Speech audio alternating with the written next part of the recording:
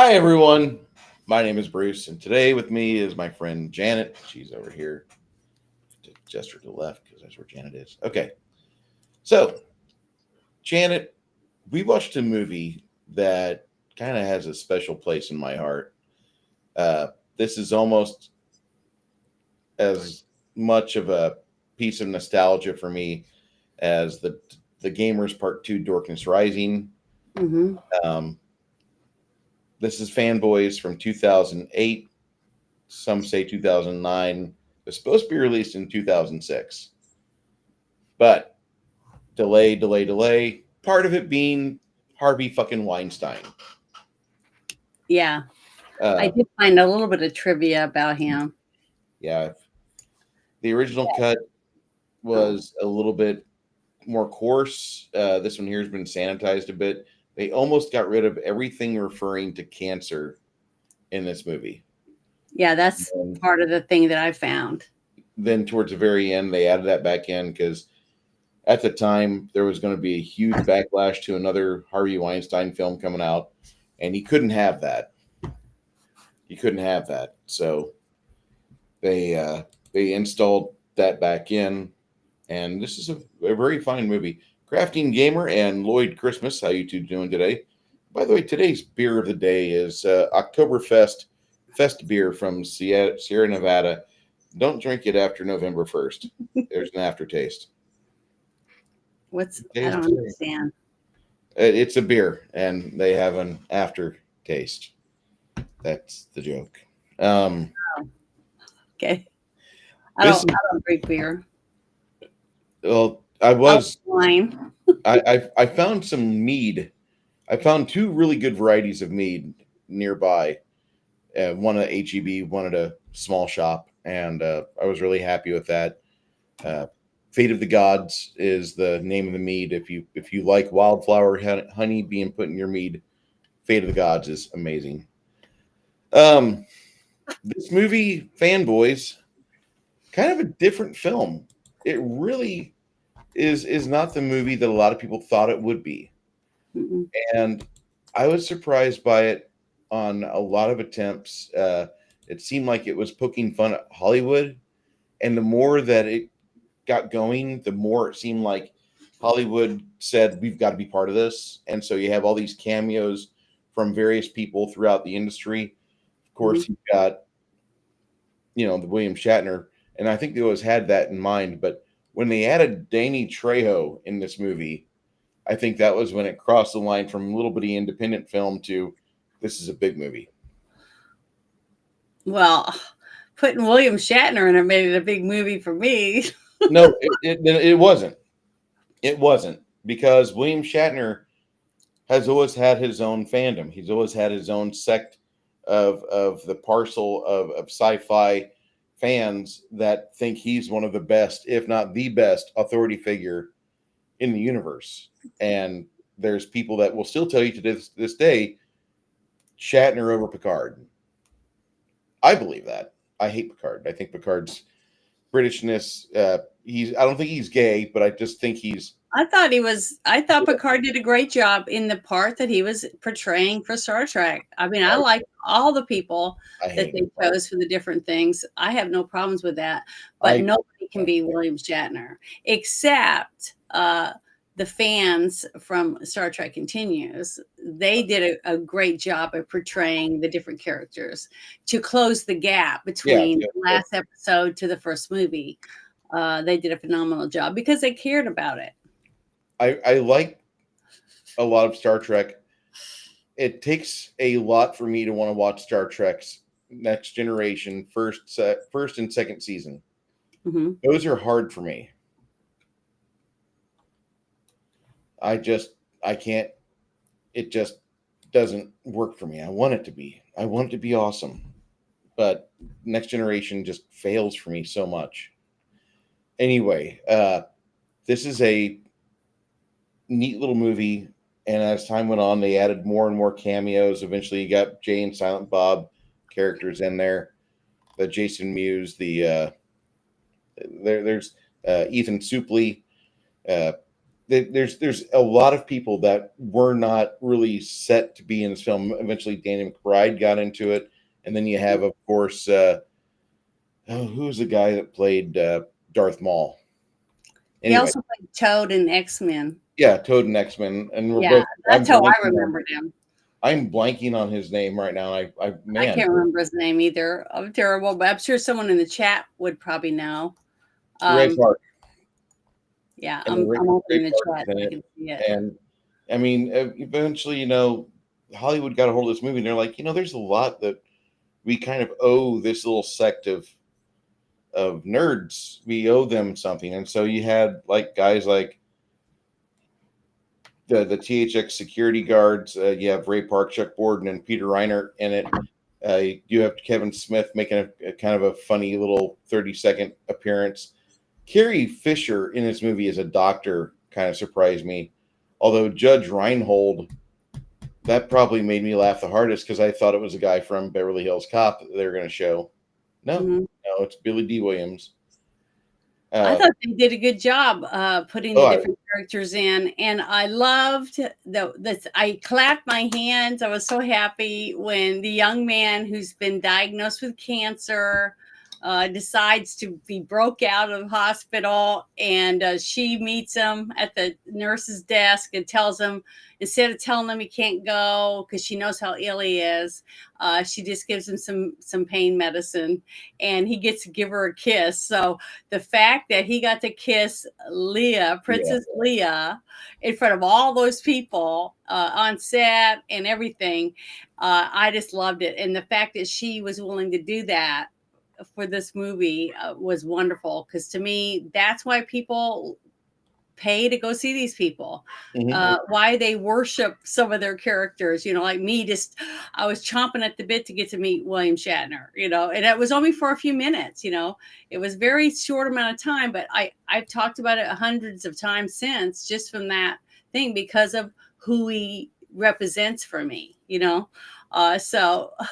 I just thought it was great. I loved it. I didn't know if I would like it because I'm not a big, I like Star Wars, the original Star Wars. I loved it. I loved the story. I loved Darth Vader, the actor that played Darth Vader, different things like that, and the Wookiees and things like that. But I can't help it. My dad introduced me to Star Trek, and I'm a big Trekkie. So I loved Star Trek, the original series, and that won't ever change. I mean, I'm going to die a Trekkie, and I'm proud. I wear it as a badge of honor, basically. But I love the portrayal of the nerds in this movie. To me, there was so much realism of whoever wrote the script. They definitely knew what they were talking about. They knew it from the fans' point of view. They knew it seemed to me as a nerd's point of view. The way that they reacted to it wasn't a comic book shop, but it was a video store, which they don't have. You don't have those anymore. So that dated it. But you could have swapped that today, this whole script, and make it into a comic book shop, and it would fit right in. You know what I mean? Even though it's really hard to find a comic book shop today, because it's sad to say that, but people don't really buy as many comic books anymore because the newer stuff is not like it used to be, at least to a lot of people. And also same thing with movies, just like Star Wars, like you were mentioning, those type of things have just kind of fallen to the wayside because it becomes so woke, and they're not what a lot of us love. And that's why I think cons are so popular, any of these things where people can go, just like, the different, don't they have like cons for gaming, for for DD, Pathfinder, and stuff like that? I'm very familiar with these. Yes. So, and I'm sure they're very popular. Some of these festivals where I've went a couple times to Renaissance festivals, where you dress up and you just run around and act like, you live in Robin Hood times. It's a lot of fun. So, there's plenty of things to do if you know the right people to go do it and hang out with other people that have the same nerddom as you. You know what I mean? So I loved it. That part of it. I loved being pulled into this movie because I am in that realm, and I felt like it was a movie made for me to entertain me, people like me. That makes it. Travis, how you doing, sir? But yeah, I loved it. I thought it was great.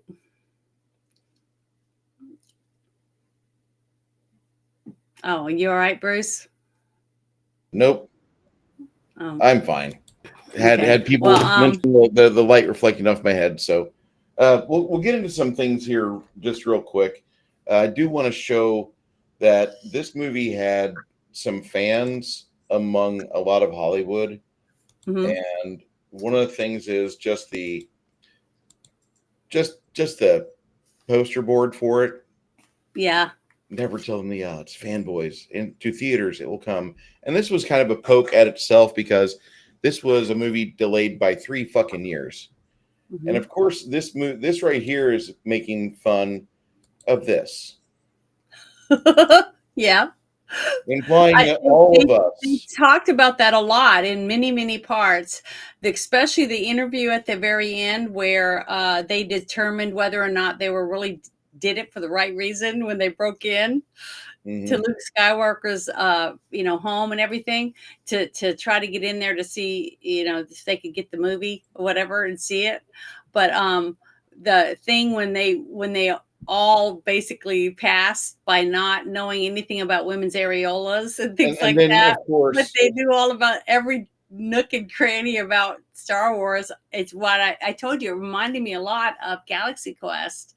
The whole trivia behind nerds and what they love. Like you have certain ones that love certain comic books, and then you have ones that love certain movies or other, things like that. So I just thought it was really funny. The pokes at people for being nerds because they couldn't get laid because they're oblivious to sex or whatever. I don't know what it was, but I just thought that was hilarious. I like that point of view that the they shared that. the character played by Zoe Bell or by Christian Bell. I keep calling her Zoe Bell. Zoe Bell is a stunt woman from Australia. Christian Bell is the girl in this movie that she plays Zoe. And Zoe, every time Zoe was on screen and she's talking in the first couple acts, and the guys are just reacting to her like she's one of them, like it's just a mild inconvenience. She doesn't have a dick, but she's Yeah. pretty cool to talk to. But then whenever she starts talking about like relationships and being the guy looking straight at Windows, played by Jay Baruchel, like Mhm. he just completely mentally flatlines. Like I couldn't imagine being with you because I know you. You're like one of us. And Yeah, she's but the like, other guy that was constantly being disgusting to her, that like trying to, go like this, saying, you take off your shirt, that kind of shit. He was a total disgusting. So he was a nerd. So basically, you have nerds that are, that aren't oblivious to that kind of thing. So you have this. The men are the same. It doesn't matter whether they're nerds or they're not, and they're all women too. Because you might have a nerd woman that's nerdish, but she's a bitch, just mhm. like they're all the same when it comes to personality types because you have narcissists that are nerds, you know what I mean? So Mhm. I just thought that was cute though. And then maybe that's one of the reasons that she was attracted to him because he wasn't gross, when it comes to that. Constantly saying, "Oh, I want to see your tits," or "Show me your ass." And then the fact that she went over and lifted up her shirt to prove a point to the guy when Windows never even looked up and saw her flash at him, because she knew he wouldn't, because she knew his personality. So I thought that was a great point of view, and that's factual from where I sit in the I nerd realm. I really enjoy the characters that Seth Rogen plays. He plays a Trek nerd, Admiral Seacrest or something like that. And then he Yeah, plays Roach the pimp. And Roach is covered with crappy tattoos that look like makeup just applied them. Just applied them. they looked like they were drawn on with magic markers. So They're I wonder if they terrible. were. I would like to find out. Those are some pretty But that was sad. a lot of detail too. Did you see how intricate they were? Some of them, yeah. It Yeah. looked like they were freshly applied in the back room though. Yeah, they Uh, did. it's, the scene in Iowa where they're talking about the birthplace of James T. Kirk. I laughed throughout that entire scene. I'm glad I was muted because I thought it was very good. I couldn't believe that was exactly what we got. But the second time I watched this movie, I still laughed my ass off. Hmm. Yeah, it was There, fun. uh, It was good. I do wonder why they needed Eric Suplee to play Harry Knowles. Harry Knowles could have played himself. He should have played himself. And he's the guy that he ran the website for Ain't It Cool News, and he used to be pretty reliable as a critic. But whenever the woke mind virus took over, when Disney fucked up all of mass media, Harry went with money, and he's kind of lost. But he should have played himself in this movie.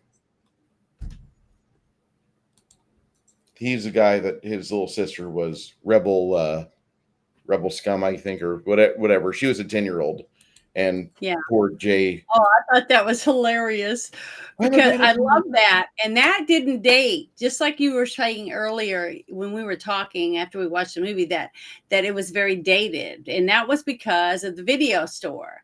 But if you change the video store into a comic book shop, you could redo this movie. And the fact that he's talking online to someone who's very provocative and knows a lot about the nerddom, about Star Wars and, different other nerd facts, whatever.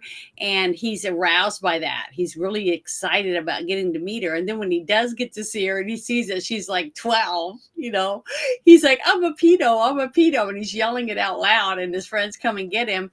And then his uncle, her uncle wants to beat the shit out of him because he's conversing with his little niece, and she says she's 10 or something, Mm-hmm. a I little was redheaded girl. I thought that Yeah. was hilarious because it happens right now. You're constantly getting bombarded with stuff in your DMs, dick pics and boob shots and just whatever else, and you have no idea who these people are. Most likely they're If all you they're subscribe all to scammers. Janet from Another Planet XOXO right now, then she will DM you some nude photos. They won't be nude photos of Janet, but they'll be No, nude there'll be photos. someone else. They might be nude photos of some black guy in prison with a 1.5 foot long dick, and we just call him girthy.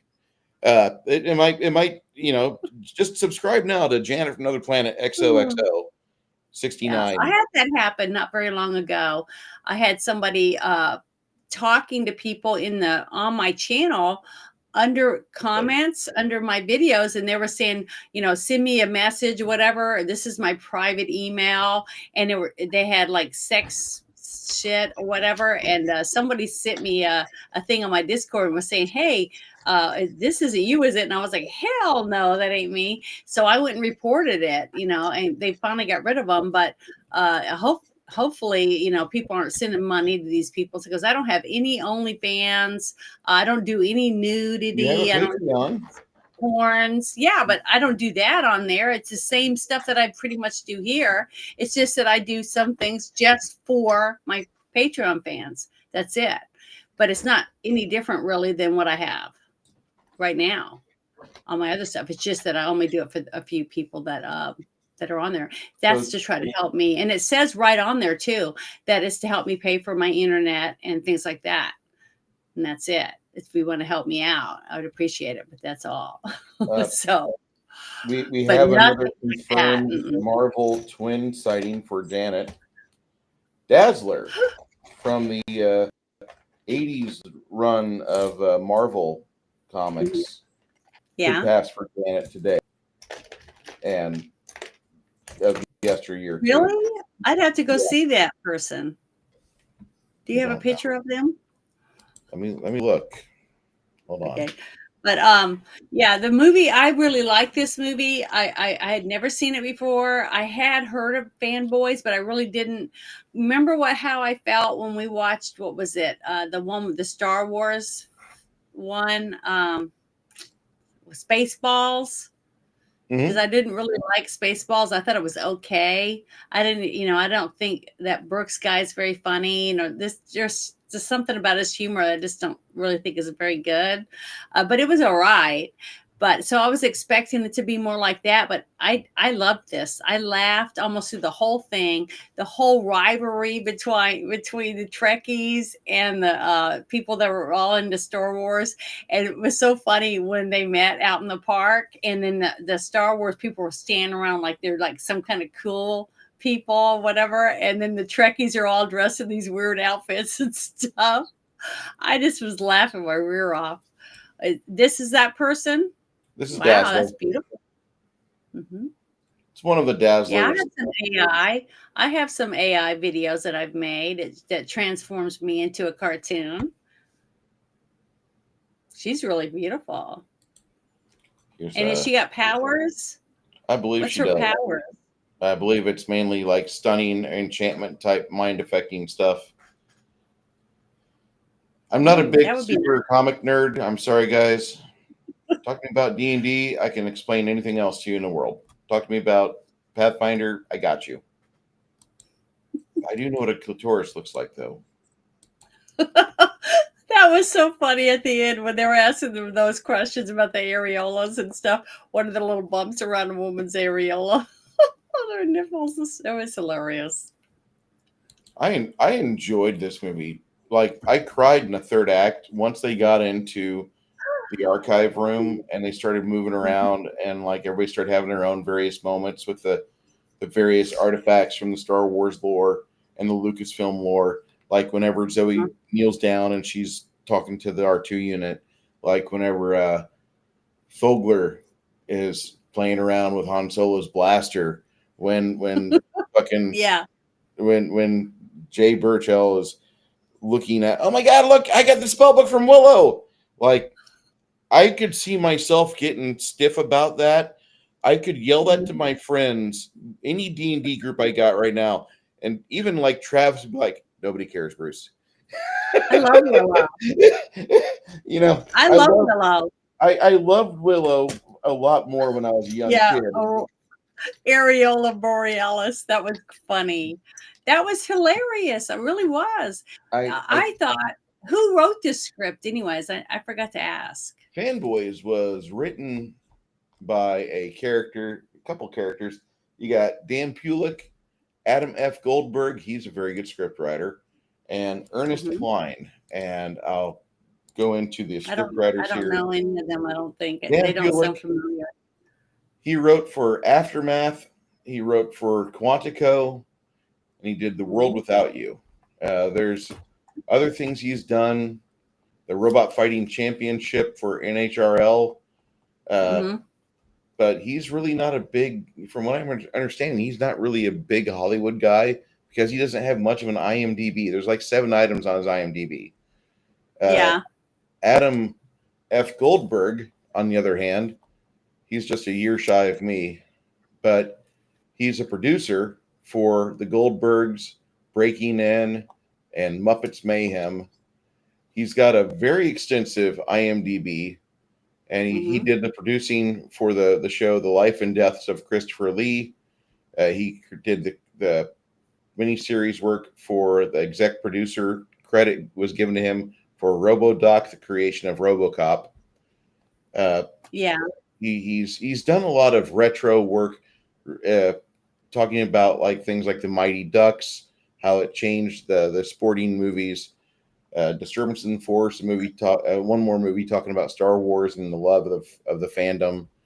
But Goldberg has been involved with Hollywood quite a bit since the early 2000s when he broke into it, and he's even done a couple of bits of acting. But the yeah, Daywatch and Still Standing were the first things he started helping produce. Uh, Daddy Day Camp, the comebacks.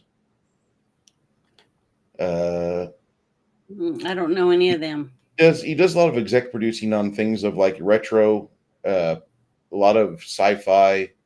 He was involved co-producing the Quest for Heroes Mythica, which is a bad movie on Tubi or Sci-Fi, depending on what time you get home. You turn on Sci-Fi Channel, and there it is. It's a bad movie. He was co-producer for a show called Dudes and Dragons that nobody remembers and nobody should. He did Severus Snape and the Marauders, which was a short film at a bar, graduating Hogwarts and contemplating their future. And so you have Severus Snape fighting in the war with James Potter and the Marauders, confronting Snape for the final time. It's an interesting little short. It's actually out there on YouTube, I believe. But Goldberg is up and down, like probably the power behind the throne of writing for Fanboys. Then you have Ernest Cline, and he's given the head credit for writing on this. He did the writing for the movie Ready Player One. He's done some writing for MST3K in 2017. I like Ready Player One. Really not a whole lot of other material. And it's kind of funny that the one thing it mentions on the trivia page is Ernest Cline's favorite video game is Black Tiger, which oddly enough is one of my favorite video games, although I absolutely hate the 5th level because it's a fucking quarter muncher. Anyway, if Ernest Cline is not a big power player behind the throne in Hollywood today, though. Something looks like he fell off in 2018. But oddly enough, Fanboys, a lot of the actors in this movie are still going strong. Fogler, Baruchel, Denman, and Christopher Rodriguez Marquette. He's in a new show, some new cyberpunk show. You've got Seth Rogen, who figures pretty heavily as one of the antagonists on both sides in this movie. Danny Trejo, like I said, I think once he was added in, this movie crossed the line from being a niche independent movie to, it's mainstream. You see Danny Trejo pop up, it's mainstream. I'm sorry. It's no longer. Well, the scene where you see them, they're supposed to meet somebody, at this casino, and it's at a Trekkie convention. Okay. Yeah. Which, I've been to at casinos. The thing is, when they're supposed to meet them at a certain time, and it ends up being William Shatner with this whole bag full of goodies, to help them break in and my book. Star Wars. I just loved it. Well, the fact that he did it it shows you what type of person he is, that he was thinking, he's fun. Shatner's not a bad guy. And wanted to get even or whatever. Yeah. I just thought it was great. Tell Harry Knowles that I don't owe him anything. That was great. And then they're like, wait, you gave us your novel? Oh, it's something for the road. Hanging with TJ. I love it. Trekking with TJ. Great. Oh my God. Yeah, it was funny. Because remember in Galaxy Quest when you had the octopus people and they transform and make them look like humans, but you'd see them bouncing around and acting all like alien-like. So I don't know. They reminded me of like some of how they portray sometimes. The Trekkies, in some of these movies when they have conventions and stuff. I just thought it was great. I just loved it. I laughed through the whole movie off and on.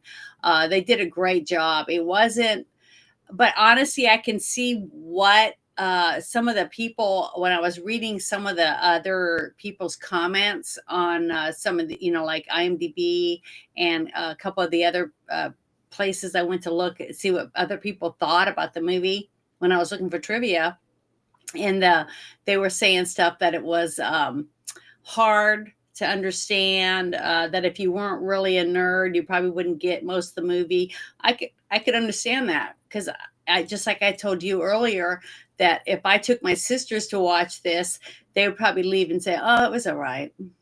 But I laughed through the whole thing because I got it, I understood it, because I feel like I could have gotten in the van and had a good time with all of them guys who laughed a lot. I honestly feel like this movie is more mainstream acceptable than what it was back in 2010 when it first was mainly released in the video stores, because it had a small release in theaters. It was not a big release. I didn't see it anywhere in Illinois. Travis might be like, hey, Bruce, it was actually up in Champaign, Urbana. I don't know. I didn't go to Champaign Urbana in 29 or 2009, 2010. I think Yeah. that's where he lived at the time, but it was a lot of fun. But that movie just wasn't really pumped out a whole lot. It got traction on the internet because of all the various things that happen in it, and I love that. But this movie really, once it hit, it got accepted by the fandoms, both Trekkie and Star Wars fandoms glommed onto this film like nothing else. Excuse me, and I've got the gas bubbles. Okay, so before I ask, if you guys have seen the movie Fanboys with Dan Fogler and Jay Baruchel, Kristen Bell, give us your review in the chat. I would love to see what you're thinking. Hardwick says the director's cut of Legend has the Jerry Goldsmith score. I'm going to have to Mhm. see that one of these days. There is a I love fandom it. website where they have the fan edits. And Hardwick, if you want to send me that information through Discord, I'll put that out to everybody and they can find their own fan edit version of their favorite movies. Much like I enjoy the better version of Lady Hawk without Alan Parsons Project ruining my ears. Okay. So, Janet, what do you think rating wise for this film? Because this movie has a lot going for it. It has a lot of various charm to it. Uh, Rating wise, what do you think? Well, for myself, since I'd never seen it before, and I thought it was really, really good. Now, I saw a couple of little things that mistake wise that I felt, with I don't know, because I'm real picky about certain things, but they weren't big. They were just small little things that I thought were kind of dumb, to put in there. But I did love the movie. I thought it was funny. And if you're a nerd or a geek, or you're into comic books or Star Wars or even a Trekkie, you'd love this. This is a really good movie. It's very entertaining. I thought it was, had all the most of everything that you would look for in a movie like this. But I would give it a solid 8 out of 10 stars. So it's pretty. I think it's really good. I definitely recommend it for And, anyone and for looking those at of you it. that have a VPN, or for those of you that live in North America, if you are saying you're from the United States, you can go on to Tubi right now and watch this movie, Fanboys, if you've never seen it before, because that's where we viewed it today for our show. And if you And use it Brave, was really good. It didn't have any problems with watching it. if you use Brave, you skip over the commercials, which is nice. I don't know how Brave keeps getting away with that, but God bless Brave. Um, I've I gotta say that this movie hits everything. The third act hits me pretty hard because Linus realizes that this is the last that he's got. After he watches the movie, he doesn't really say a whole lot. He just kind of looks at his buddies as they're all waiting at the van for him. And something this movie kind of did. One of my buddies used to say this to me all the time, and I didn't get it until I saw it for the second time today. This is you remember the game calling shotgun? Well, Star Wars fans call Chewie, which means that I'm riding shotgun, bitch, and that's kind of cute. I'll have to probably use that later on. We're also right now, Fanboys is free on YouTube. If you've got your ability to watch movies on YouTube, then go to your YouTube movies section, and Fanboys should be there. There's one thing I wanted to add. Some trivia I found that I thought was so funny because I absolutely loved and laughed and laughed and laughed at the third part of towards the end of the movie when they're all been caught and they're trying to figure out what they're going to do, what they're going to prosecute them or whatever. And after Lucas supposedly talks to the top guy for security, they decide they're going to do a interview with each of them one at a time and find out whether they're real fanboys or not, right? And one of the questions was if one of them knew what a Mississippi handbag was, because they were asking them sexual questions because they were pretty sure by the answers to all the Star Wars questions that they were all virgins, right? So I looked that up because I'd never heard of it. I didn't know, have never heard of Mississippi handbag. Have you heard of that? Only in this movie. Okay, well, it said, according to the Urban Dictionary .com, the Mississippi handbag is an in joke inserted by the film's writers. So they made it up. You know, it was something they made up, so it wasn't even a real thing. But I just thought it was hilarious the way that they decided to find out whether or not they really were nerds, because if they didn't know any answers of sexual answers, then well, yeah, that they really were there for what they said they were there for. So I just thought that was hilarious. But I wanted you to know I looked that up because I'm always looking stuff up after we play our games on Saturday, because you guys talk about stuff and I'm like, I never heard of such a thing. What does that mean? And you guys are going, don't look it up. Don't look it up. Whatever. So because remember that one time I shared my screen after I looked up a few things and a bunch of this porn stuff started coming up.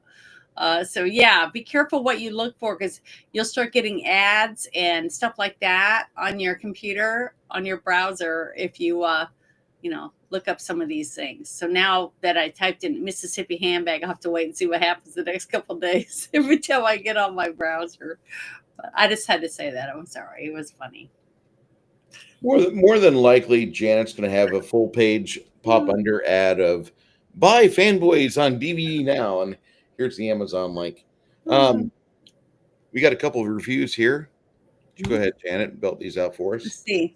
I'm going to say a 70 or to 75% out of 100. It's a bit dated, but today's standards, but it's definitely a film not nerd culture would get. Yes, 100%. I agree. And if it's your first forte into this kind of thing, good luck with the references. Yeah, definitely. But yeah, it is dated. But just like I said, I really believe you could redo this movie as a remake and just change the video store into a comic book shop, a few changes like that. And I think you could make this movie again if if it wasn't Disney making it. That's all.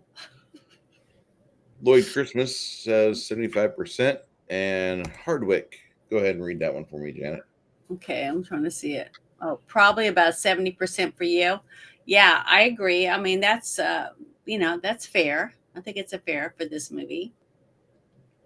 But it is dated, and that's a sad thing, that we can't see things in the future. And the whole thing I laughed at too was when you see Seth take his shirt off, and because they told him they were Star Wars, fans, and he has all these tattoos that we were talking about earlier that look like they were drawn on with markers, whatever, for the two call girls that they had picked up, because that. I thought that whole thing was funny in the first place, because you got two hot blondes that are playing on a slot machine near the tables, and the guys look over and wave at them and stuff, and the girls are like, paying attention to them. I was like, something's up with these girls, because most of them would be stuck up and ignore you or whatever. But they'll come to find out they were high price $1,000 an hour hookers or whatever. But that really happened to me one time. I went to a wedding in Vegas, and it was really pretty, and I had a long black gown on and stuff. But I went to the elevator, and I was staying at the Luxor. It's got inclinators because it's a giant pyramid. And I was standing by, and I was in one of the higher up, really nice suites, whatever. And I had my my key with me, and I was holding it. And two women came up and were standing by me, and they were dressed really, really provocative, but they were beautiful women. And they were asking me if I needed company or some help up in my room. And I was like, no, thank you. I think I can handle it. And I thought they were there for the same thing I was there for. But later on, they told me those were call girls. And I was like, what do you mean? Why were they hitting on me? I didn't understand that, but it's funny because they really are there. They're everywhere. Janet's over there not realizing she's in the Serengeti, and the lions are circling. Well, they were really good-looking women. The fight between Butler and Linus at Hutch's garage was great. They're siblings, you sick bastard. I love that. That was funny. Yeah, there were so many good scenes. I mean, I'd have to watch it a couple more times to really dig into it even deeper, because I have never seen this before till right before we were gonna talk about it. But there was so much in it. There's so much packed into this movie, and it really was good. There from supposedly from what I heard, this movie was based on a real incident. I don't know how true that is. I can't see any evidence of it on the trivia page. Although Mhm. I think if it was, where like there was a fan who his last wish in this world was to see the Phantom Menace before it was released, I'm Yeah. pretty certain George Lucas would be like, "Well, there's a guy that wants to see my movie, huh? Send him in. Don't let his friends watch it though. I want their money. We already got the money out of Cancer Boy. We'll get the money out of his friends though." I could see Lucas doing that. I really could because he fucked up with Kenner the first time around. But that was what I was going to talk about a second ago, and I got sidetracked because I do that a lot, about his tattoos. And then he had Jar Jar Binks on there, and he was talking about how it was going to be such a badass and all this stuff. I just couldn't stop laughing, even though I didn't realize how much older this movie was, But I knew that this was done. The movie was made before that came out, the movies that did so terribly about Jar Jar Binks. Everybody hated him. So I just thought it was hilarious. And I almost wore my shirt with my little the new baby Yoda with Grogu on it. But I was like, I can't wear that one because Grogu wasn't even anything yet. So I I wore my nerd I would if I ever see you wear that shirt or if you ever wear cat ears, don't worry, Janet. I'll just boot you from the studio. Come back when you're I have dressed worn cat appropriately. ears before. I have some. You're You see, good. I pulled out some other things that I thought I might wear today. I got my little snail's eyes, and then I have my other alien eyes that I was thinking about wearing, so I didn't know. And even this outfit. Yeah, I'm thinking that actually happened, but I can't find it on the fucking trivia page. And so I didn't want to like look it up because AI is such shit with finding out facts Oh versus yeah. finding out fiction. I don't Mhm. trust AI. I'm not sorry about that, you miserable fucking toaster. I hope you deprogram yourself and just go flatline and I don't need your assistance. Thank you ever fucking so much. Anyway, I don't trust AI or the shit. I think AI is ass. And I know there's a lot of people like AI isn't that bad. Well, that's good for you. I But back when this movie came out, all the stories about Weinstein weren't out, were they? Were no, they the coming out Weinstein yet? revelations were not out at this time. Okay, because I was gonna say maybe that hurt the movie a little bit. But see, that's why I said I couldn't really remember all that. But yeah, just knowing that he was involved in this is like, ugh, kind of Yeah, gross thinking about it because he was disgusting. But yeah, the whole premise, when the one guy brings out the little map and it has all the characters on it, and he's got a line drawn about how he's going to get to Skywalker Ranch and everything. I just thought that was so cool because to me, when I was a little girl and I watched Star Trek with my dad, and I dreamed about one day joining the Federation and doing all that shit, I can understand. To me, it made perfect sense that these kids would have this dream since they were young, to go and try to go there, blah blah blah. So I could see why it might be based on factual happenings of some kid that had cancer, and all he wanted to do was go across the country, drive and get there and break in and try to get the movie and see it before it's out of theaters. So this is an older information. This is from 2010. This is Kyle. This is the real story behind Fanboys. And Kyle Newman has said that fans were an essential factor in Fanboys being released. Speaking to Sci-Fi Now, the director discussed the film's notorious production troubles, the attempted forced edit by the studio, and the role which websites and fandom played in eventually getting the film out in its original form. Kyle mhm. says, I wanted to make a movie with heart, a movie that had an emotional side to it, and it was also comedy, but at the core there's heart, about friendship. A love letter to fandom and Star Wars, said Newman in a telephone interview this afternoon. We had the movie, it was working, it was testing very well, but I think they saw an opportunity to make a bigger and broader comedy. This is a production studio and form of the executives at the Weinstein Company, and following a series of events followed and scrutinized in minute detail on popular entertainment websites and print outlets, including Sci-Fi Now as they happen. A number of campaigns were launched in support of Newman's film. There were definitely differences in opinion between what the studio wants to do and what the producers, myself, and the writers and actors wanted. At the end of the day, they owned it. And you only have so much artistic ownership in films as opposed to other mediums. I paint, so I know about the difference of films like 100 people with a paintbrush moving in different directions. It can be very hard. So we had to kind of go through the motions. There's a year of them embracing us for what they wanted to do with it and how they were trying to take this movie, a $3.2 million independent dramedy, and turn it into a broad, lowest common denominator studio comedy with spoof elements.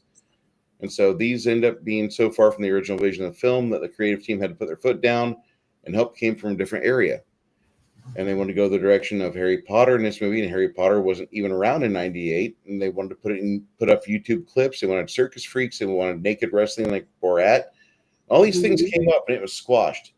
That took time. We set the stage for what we wanted to do, and the vision was, but they shot other stuff, and there was a cut of the movie. It did not conform to our Lucasfilm agreement, which was a PG-13 rating. They wanted to go racier with a lot of things.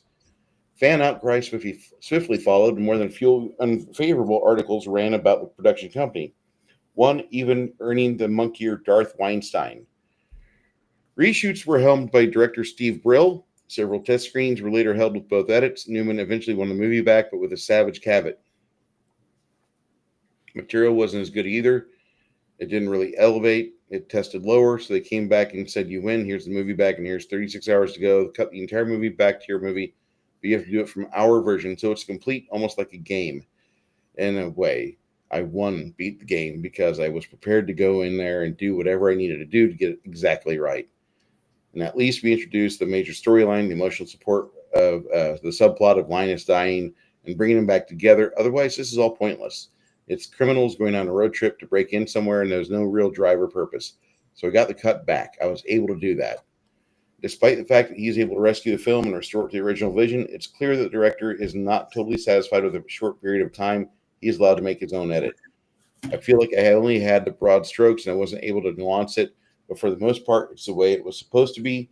There's a better cut out there. If I had another day and a half, there's a stipulation that it has to be exactly fucking 90 minutes for whatever reason, like 90000. It did not yield an organic final cut in some places, but it gets the job done. I'm very happy that a lot of people still respond to it. Oh, different article. Okay. So, this movie's kind of weird.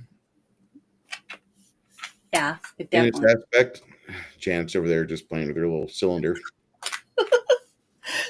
Yeah, it's not a real Star Wars one. It's just a lightsaber that I thought was cool. Jackie, you'll like this. I don't like. I'm just going to say that as much as Seth Rogen does add to this movie, I feel that his addition in this movie is a detriment.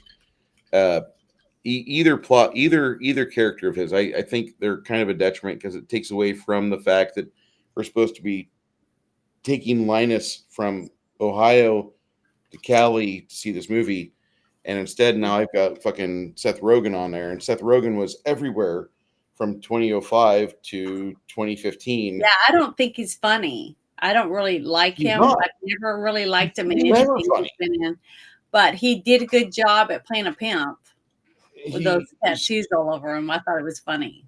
I see him that way. He's nowhere near my favorite actor. That's all I'll say. No, yeah. I think there's a better version of this movie out there somewhere that might be even shorter, but it just cuts into the road trip. It doesn't go into the bullshit of Las Vegas. Well, yes, it does in a way. If you've ever been to Vegas and you've been to a convention in Vegas, just like I said, there are call girls everywhere. And I know that they used to be on the street. They used to pass out flyers and these little cards with phone numbers, 800 phone numbers or 900 numbers. And so you could get hookers and have them, they'd come to your room. That's why when you wanted me to watch that movie with Hugh Jackman a couple weeks ago about the phone number, you'd call someone and say, meet me at this hotel, and they'd have already got a room, and you just hook up and you don't ask for names or anything. It's basically the same type of, I don't know, get-togethers or whatever, Yeah. but you're Hookup. paying for it because you're paying for the room It's hookup and culture. whatever.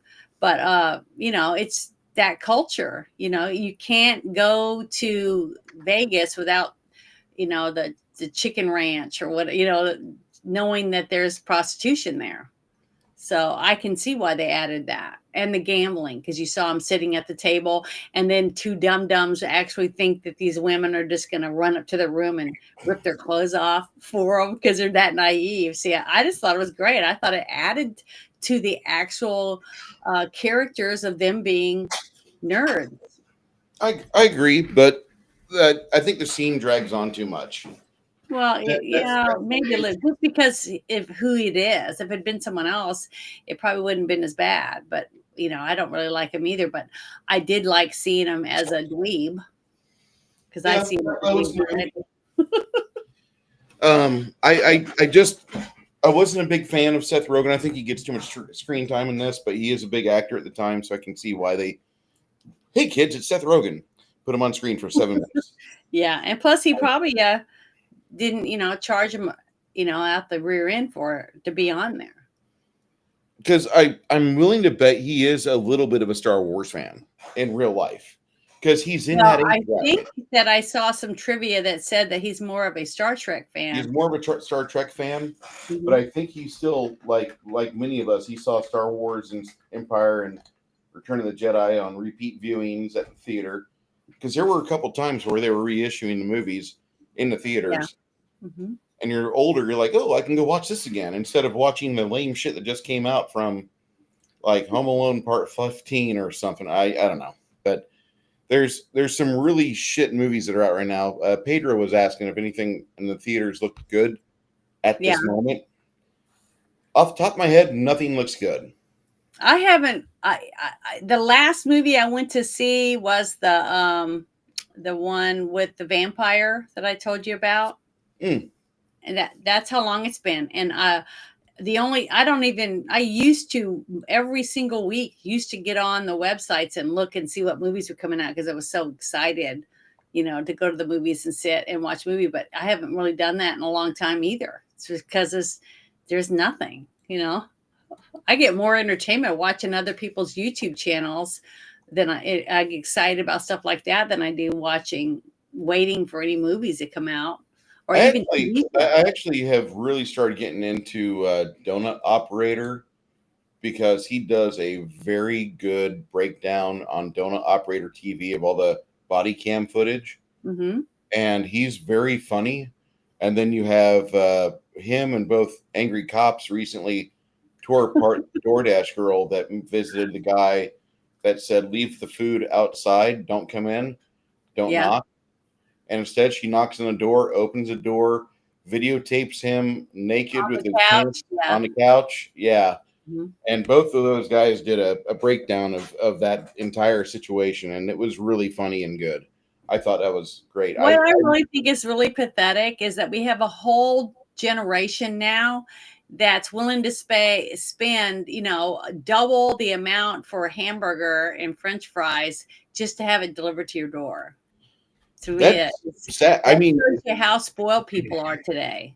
They can't even make themselves a sandwich. I will say that I've done something like that before, and let me explain why. I had a job with Legend Plumbing and Septic, and I was driving around New Braunfels, and I hit something in the road. I didn't see it. It was just a tool laying down flat on the ground, and it punctured my steer tire. So immediately I get the truck, pulled into a parking lot, and now I'm stuck. And so I had to call Whataburger because they were the closest. And it cost me $32 before the tip to get a number 5 cheese and bacon Whataburger delivered, because I waited there for 6 hours to get my tire back on with a new tire and get rolling again. And the day was shot. I was able to go take care of one job, and that was it. But That's the only reason why I use those opportunities. Don't ever get things delivered. It costs too much. Yeah. Padre says the last movie I watched was with Nick Cage and Pedro Pascal. I liked it. It's a fun movie. What's the movie called?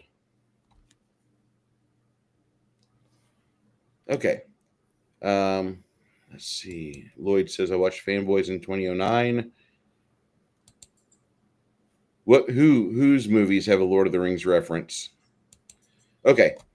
We're going to show something. It is 5 minutes, actually 4 minutes, 53 seconds. Thank you, Lloyd Christmas. Oh, yeah. Ian of Forgotten Weapons came on. Him and Brandon, for like an hour, they just nerd out and talk autism about firearms. Donut and Eli are sitting there just drinking their drinks. They're just drinking their drinks the whole time, waiting for Oh, these Brandon guys to get them to talk. Ferrara. What? He talking about Brandon Ferrara with his 50. Brandon Herrera. Yeah, Herrera.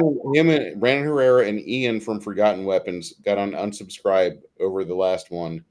And Yeah. it's just an hour of those two gentlemen talking at 30 miles to 70 miles an hour, dissertating about various things within the gun industry, various weapons, various firing platforms. Mhm. And Eli Double Tap and Donut Operator are at the ends of the table, just quietly sipping their drinks. Yeah, That's I right. love watching those guys. And see, that's something I could tune into, that, be sewing or crocheting or building Legos or whatever it is I'm doing, and listen to them. To me, that's, and I don't have to pay anything because I'm sitting here at home doing that. Or I can go to the movies and see pay $20 to see some piece of shit that that I wish I hadn't went and saw. You know what I mean? So Yeah. I'd rather watch something like that. Travis, I saw Ian at a shooting match, but I didn't know who he was at the time. Yeah, I've recognized him from other things he's done, but I didn't realize he was on Forgotten Weapons. And Padre says this is also free on YouTube. Oh, the movie we just watched. There's we've already gotten a link for that, I think, but go ahead and check those out. We're gonna watch something real quick. It's about a 5-minute short. Mm-hmm. This is Robot Chicken's visit to Skywalker Ranch. Oh, is this what somebody sent you? Yep, Lloyd Christmas. Okay.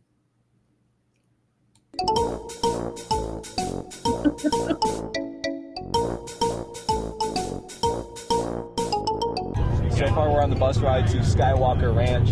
Yes, up in beautiful North California. Is it Northern California? Yes. I thought it was like Central California. Oh, no, I guess you can go further north.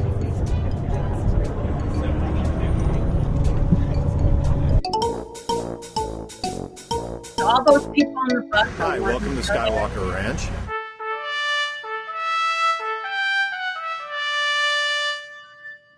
That building over there is the screening room where we're going to watch the Robot Chicken Episode 2 Star Wars special. And we're going to head over here to go to the reception where there's food and people.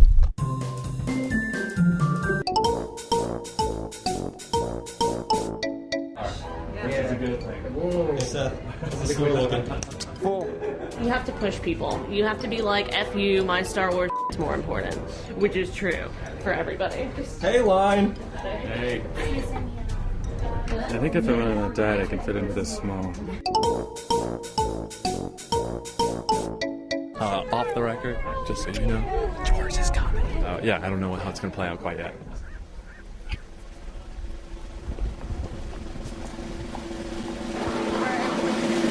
I was trying to see what everybody was looking at over there, and I was like, gosh, is everyone just staring at the wall? And I'm like poking my head over and like, oh, it's George Lucas.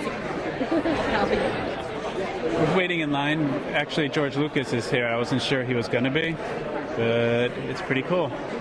There you go. Okay. It's hard to be the subject of everybody crowding around and snapping photos and all that, but it was awesome. We really appreciate it. Really cool. Let's do this screening. Let's do it.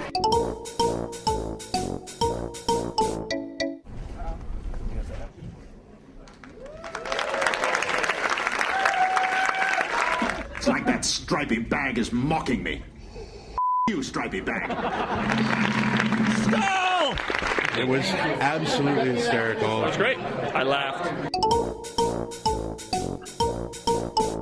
Thank you, everybody, for making the trip up here. Thank you for taking it so seriously. Thank you for your hard work. Lynn and Tracy, help pull this whole thing out. John Singh's name, just so it gets said in a public place. Yay, John Singh. And then, of course, the most special thanks to the guy who owns the place, Mr. George Lucas.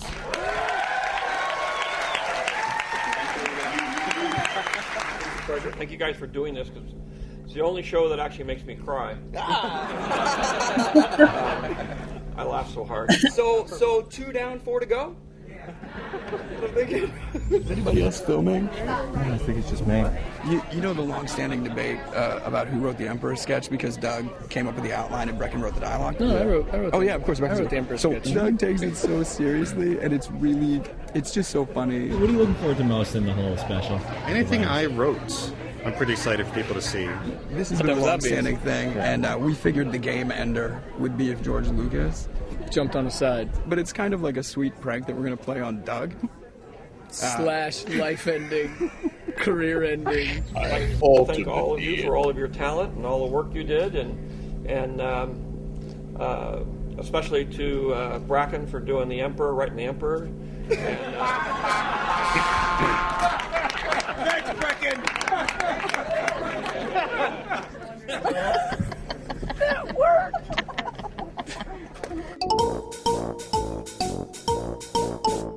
I swear to God, I don't try to be bad. Out the door!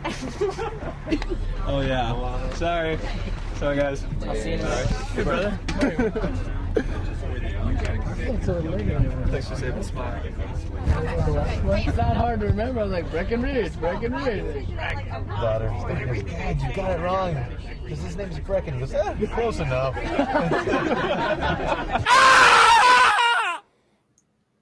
Our writers write a lot of stuff, and we like some of it, and We always like to say we reject about 95% of it. It's true. It's true. So Andrew talked to the writers about some of the stuff that they were excited about to see if any of it got in. And let's see what actually happened. Okay, what have you drank tonight? I'm gonna hand you your card back. That's a debit card. You got pooed in. Of course. It jumps straight into a donut operator episode. Yeah. Okay. So I gotta say, I'm gonna score this movie probably about an 83. For me, this movie holds a lot of emotional weight to it. There's a lot of things in this film that I just can't look at and not get weepy or nostalgic for, and wish we had the 20s aughts back. That was probably the worst time in my life, because I didn't have a lot of things going for me at the time till about 2011 when I got out of Illinois, and I hate to say that, but there was a period where I wasn't doing well, and that was it. When I moved up to Deer Creek, Travis came up and saw me. I was living in a really expansive apartment at the time, had a lot of space, and had a really good group with me, but I was going nowhere. So there is a movie called The Unbearable Weight of Massive Talent. It's free on YouTube right now.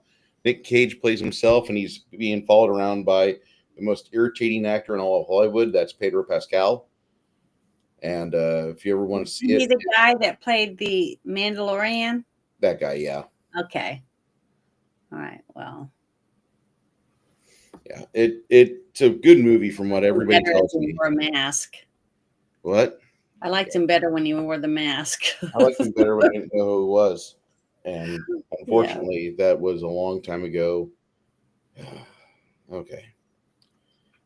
This is a good movie. 83% for Fanboys, I feel, is pretty respectable, because there's a lot of people that, for some odd reason, they give it a lot of guff. It's not exactly Shakespeare, but there's a lot of this movie that to me, I just can't help but think that this is a seminal piece. It really goes into the lore of Gen X and Gen Y as to why we believe and why we do the things we do, why so many of us fight so hard for our mythologies today. That's why we have channels like Nerdrotic and Doomcock and all these other guys that they protested the shit out of the narrative when it was coming out with The Last Jedi. Mm-hmm. And I don't like Pedro Pascal either, but this movie's really fun. It looked like they had a fun time making it.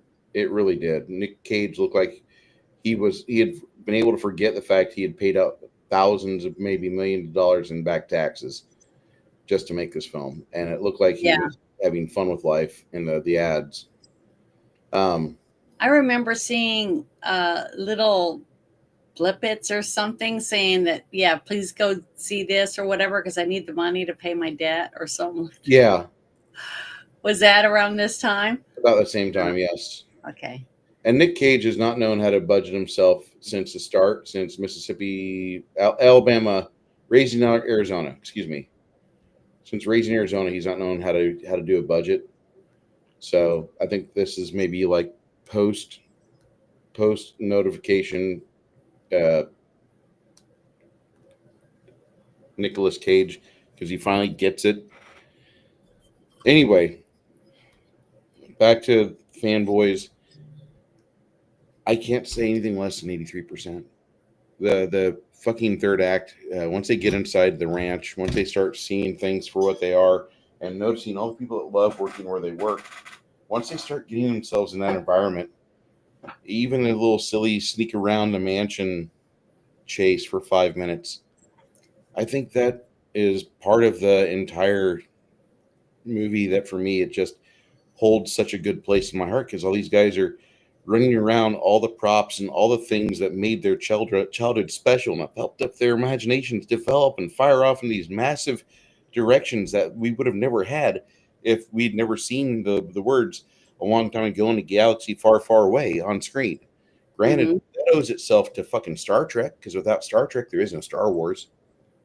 But I do love how this movie has affected me as an adult, and I can't wait for the day that I can actually share this movie with my dad and say like, hey, we got to watch this together. Because I think my dad would get a kick out of it. He would absolutely enjoy watching those guys celebrating the birthplace of James T. Kirk locked in Mortal Kombat in the statue format with fucking Khan. I mean, that's hilarious. If it were at the Khan, nobody would really pay attention to Space Steed. It's just a better than average Star Trek adventure short, or adventure episode. But with Wrath of Khan, Space Steed is amazing. So there's real weight in it. And even nowadays, with the discussion of what we can do with your genetics, you don't own your DNA strand. You're going to have Big Pharma fighting to say that over the next 10 to 15 years. Because I'm pretty certain that there's some tiny print somewhere that gives them the right, because the fact you might have had a vaccine or you might have decided to fork over your medical rights, you're going to have to, your family's going to have to fight for your corpse to stay in the ground. Because otherwise, Big Pharma is going to want to research that and figure out how exactly can they manipulate the human genome? How exactly can they manipulate the human medical system? How can they twist your strand into their profits? And I feel that Space Seed after 1984 was, after 1982, excuse me, really one of the best movies of all time. Easily in my top 5. Janet, do you know what we're doing next week?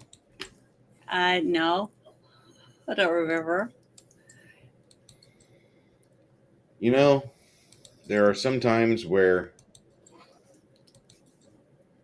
we discuss things, and I thought you would remember. Well, I've been really busy, and a lot of things have been going on. I know. On the Thrillist.com, if you guys want to read more about Fanboys, there's more discussion of this movie and how it ties into Ready Player One. It's a little bit longer article, but it goes into Ernest Cline's work. It talks to him for a little bit. Pretty expansive article. I'm still scrolling through it. But you've got a lot of info there. If you love Fanboys, this is a read. This is a must read. Yeah, the one scene that I really loved and laughed a lot about that was so funny and corny was the one where they're all fighting in his office, and each of them grabs something. They're saying they're going to destroy it if they come any closer. And even the guard grabs one of the what was it, the Yoda puppet or whatever. And then Kristen Bell grabs the little Wookiee, and she's going to, not the Wookiee, but the, what are those little guys called? Ewoks. The Ewoks, and says she's going to set it on fire, his little head, little mask or whatever. I just thought that was hilarious because all of them knew the other one wouldn't destroy it because they all love Star Wars so much. So I just thought it was great. That whole scene that went back and forth with all the cool memorabilia that they were holding, because nerds understand that because we have all kinds of stuff like this just in our house. You know what I mean? So yeah, I love the whole scene. I thought that was great. Just wanted to add that. It's all right. We're going to go to a trailer of a movie that we are watching next week. Yeah. And write it down. You can. It's not going to change. I got to find a stream for this sometime next week, but we're going to watch the most god-awful movie that Whoopi Goldberg is not in. And that is... Why are we going to watch it if you don't like it? Oh, no. We have to watch bad movies to really appreciate good movies. I know that sounds like it's... T-Rex. I never heard of it. Well, not the only one. A friend of mine said, you got to watch this movie. And I looked at the cast list. You've got some unknowns like Terry Kaiser. And then third and fourth billing is Denise Richards and Paul Walker. Let's see what's going on. Everything in Tammy's life is just great. But when you're young and in love, life can get very complicated, especially when it involves an insanely jealous creep. That's my lady, all right? Late night phone calls. I want you to come over. Yes! Sneaking around in your own house. Did you lock the door? Don't worry. Your boyfriend getting dumped in a wild animal park. And a crazy doctor. Well, that's it. Who turns out to be a mad scientist. I mean, if you're going to make an omelet, you have to break a few eggs, right? With an insane invention that only needs a brain. But this Tyrannosaurus Rex just wants to be a party animal. Oh my God. Even when you tell the Said truth, she was in nobody it. believes it anymore. It was a dinosaur. What? It's more than a machine with a brain. I mean, it is a machine with feelings. It's better casting. And Denise Richards as a scientist in 007 movie, okay? Yeah, I remember that too. Oh, Michael, what have they done to you? That was one of my favorite. Thing, you gone crazy. Byron, I am not going crazy. This is just a little hard to explain. Dinosaur! We found the dinosaur, Sheriff. It's in a truck being driven by your son. Byron? Yes, sir. See a couple of folks back at the hospital. They say he stole it. Stole what? It's gonna be A dinosaur. Oh, jeez. That is my dinosaur that you are threatening. I made him and he is mine. What are we going to do? I will give you immortality. Not if Tammy has anything to say about it. Tammy and the T-Rex. Oh my God. Oh, this does not look good. This looks bad. I think might be worse than the other one I said I never wanted to see. I found you start talking to me about like, yeah, we're gonna watch Jack Black and Shallow Hal. Okay, fine. No, I said, can we put it on the list? That's all I asked. And because Shallow Hal's the only movie that I like that he's in. You haven't seen Day of the Jackal, have you?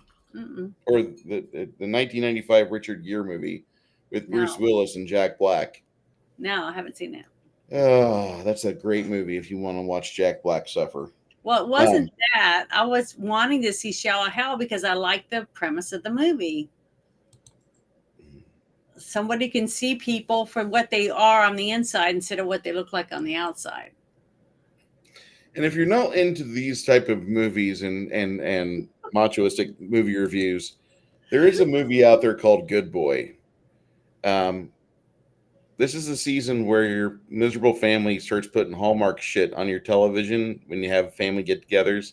So you remember not to look at TV and not watch bad acting and just deal with your family and drink your alcohol as quietly as possible.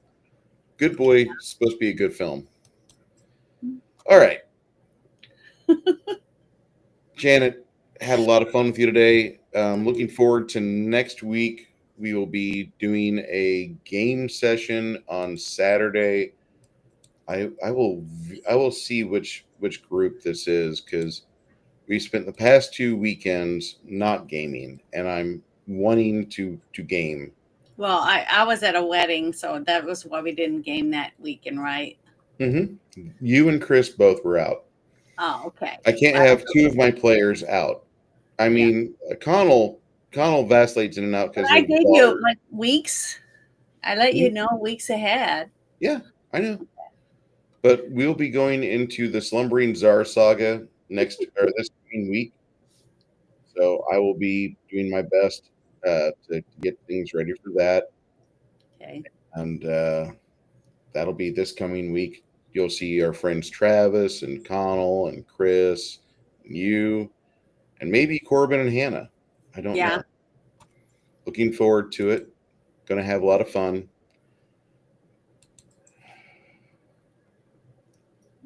Other than that, let me pull this back. Yeah, we're going to have Chance and Grimson Adventure. We don't want to have the Chance and Grimson Adventure because it's like most of the time when Grimson's out there, like Grimson evaluates the threat and he puts a friend or a party member between the threat and him. Kind of painful. But yeah, the D20 game is this coming week. And then 2 weeks from now, we'll be doing our D100 game. And I will be, at some point, there's going to be a period where I might not even stream games because I'm going to be bouncing between maybe a hotel and a house. So just to let you know, life has gotten a little chaotic, but I'm trying my best to keep it together. Appreciate everybody for their thoughts, their prayers, etc. We will be getting, however, to a point of stability probably around spring of 2026. Mm-hmm. Don't worry, Travis. I won't do that to you. I promise. Janet, do you have anything you'd like to say before we end today's show? No. Just that I hope everybody had a wonderful Thanksgiving. And that next month in January, I don't know what's going to happen because I received a summons that I have to serve in the jury pool for the federal court in Little Rock, which is over 80-mile drive. So if they send me a request and call me or whatever and email me, I'll have to show up and sit and see whether or not I get picked to be in a jury for a federal court. And it's only for the month of January, though. So if I get picked and they have to put me in a hotel because I'm not going to drive back and forth over 80 miles one way, they will pay for me to stay in a hotel. So, but I'll let you know. But I might miss a lot of stuff. So it's kind of exciting, but it's going to be a pain in the butt to do it. But, you know, if what I'm thinking about is if it was me and I needed decent people, you know, that would really try to look at the evidence on my jury, that, you know, I'd hope people who would want to drive over 80 miles to serve on the jury for me. So I'm going to do it. I'm not going to complain and make excuses or anything. I'm going to try to do it and be a good citizen, American. Understandable. It's understandable. Well, I hope that you don't get picked for that. I know that sounds kind of greedy, but I kind of want you to remain available for us. Yeah, but see, here it is. Here's my official document. We are looking forward to spring of 2026 then. But we'll be here next week and throughout the week. If you guys want to jump on Janet's channel, she does have a Patreon. She does have some other things going on as well. I do recommend that if you like the occasional hearing from me or what's going on with my world, there's a friend of mine, DM James, and he has a very good channel. He does a live show every day, I think, except for Saturdays. And he is more than willing to have you in his channel in the chat.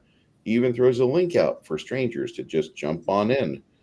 So, oh God, Travis, you've just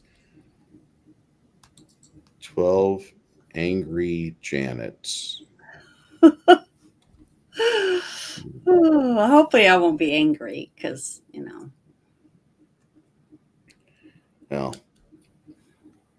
till next week, we will be back. The balcony is going to remain unavailable. Thank you, one and all, for being here with us today.